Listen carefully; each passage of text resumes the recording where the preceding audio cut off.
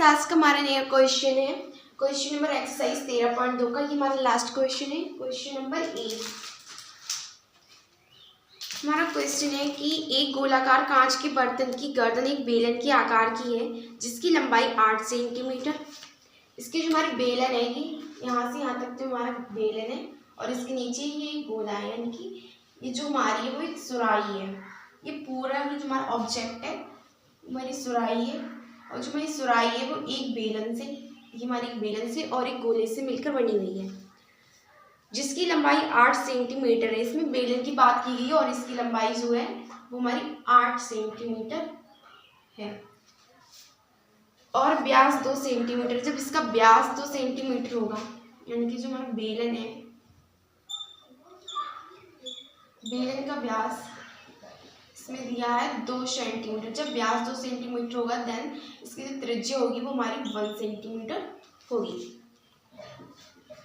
जबकि गोलाकार भाग का व्यास 8.5 सेंटीमीटर है। जो गोलाकार भाग है इसका जो हमारा व्यास है वो 8.5 सेंटीमीटर है। कि गोलाकार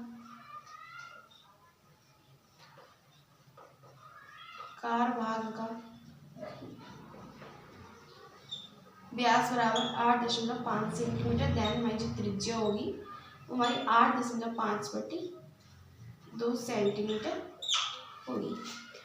अब इसमें कहा है, इसमें भरे जा सकने वाले पानी की मात्रा मापकर एक बच्चे ने ये ज्ञात किया कि बर्तन का आयतन, बच्चे ने हमें ज्ञात किया, एक बच्चे ने इसका आयतन, बच्चे द्वारा मापा गया आयतन,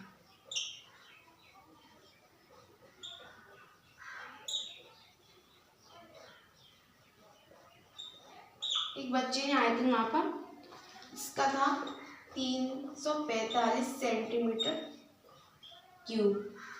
जांच कीजिए कि उस बच्चे का उत्तर सही है या नहीं, ये मानते हुए कि उपरोक्त मापन आंतरिक मापन है और पाई का मान है।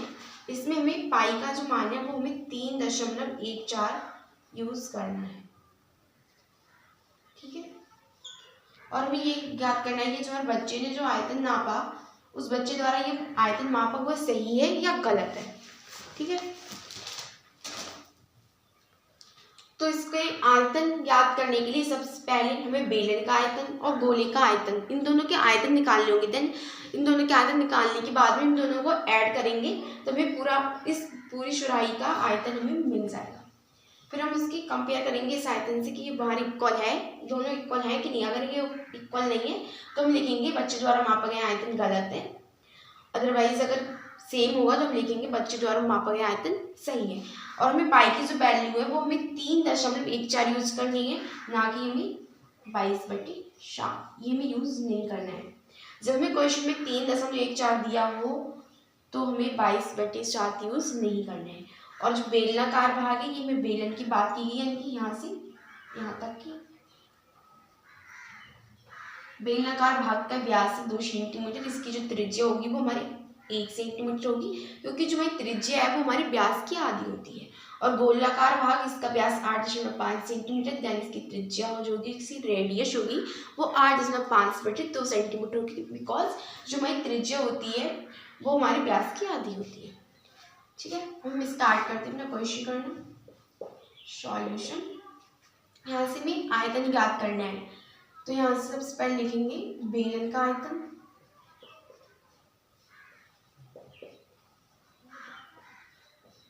प्लस गोलाकार भाग का आयतन,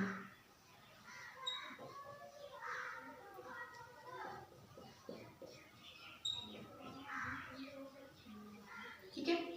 बेलन का आयतन हमारा क्या होता है, πr² h प्लस गोलाकार भाग का यानी कि गोले का आयतन हमारा होता है 4/3 πr³, ठीक है। यहाँ से पाई हम कॉमन ले लेंगे क्योंकि पाई की जो वैल्यू होती है वो दोनों की समान ही है।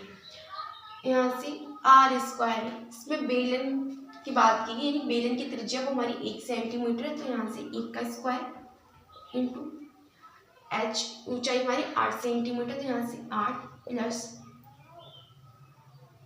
4/3 पाई हमने बाहर ले लिया। आर इसमें हमारी आर है वो अलग काम करेगी, वो हमारी 8.5/2, इंटू, इसको 3 बार लेंगे क्योंकि इस पे होल क्यूब है।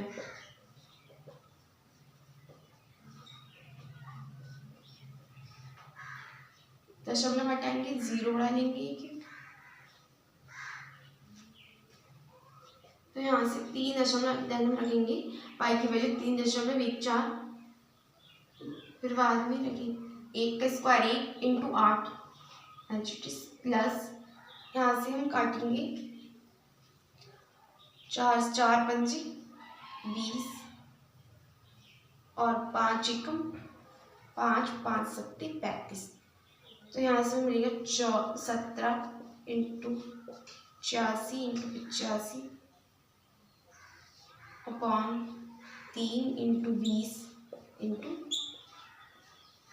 20, तो यहाँ से 5 चौक 20, 5 एकम 5 5 3 5 सत्ते 35, तो यहाँ से ये वही है 3.14 और 8 प्लस 17 की गुणा करेंगे हम, 17 इंटू 17 इंटू 17 अपॉन 4 चौक 16, तो 16 3 48, यहाँ से 3.14, इसको जब हम सॉल्व करेंगे तो हमारा आंसर आएगा 346.50 सेंटीमीटर क्यूब। आप सॉल्व कर सकते हैं, यहाँ से अपने आप सॉल्व कर लेना।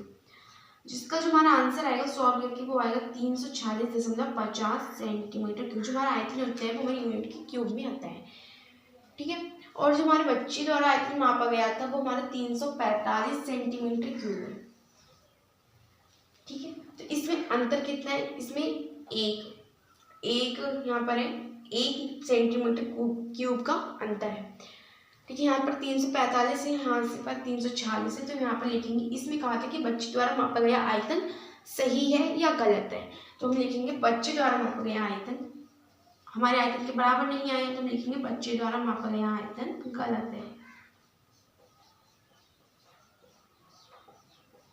द्वारा मापा गया आयतन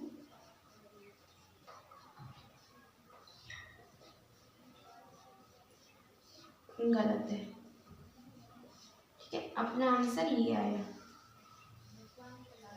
इसको आप सॉल्व करके देख लेना, ये हमारा आंसर है, ठीक है।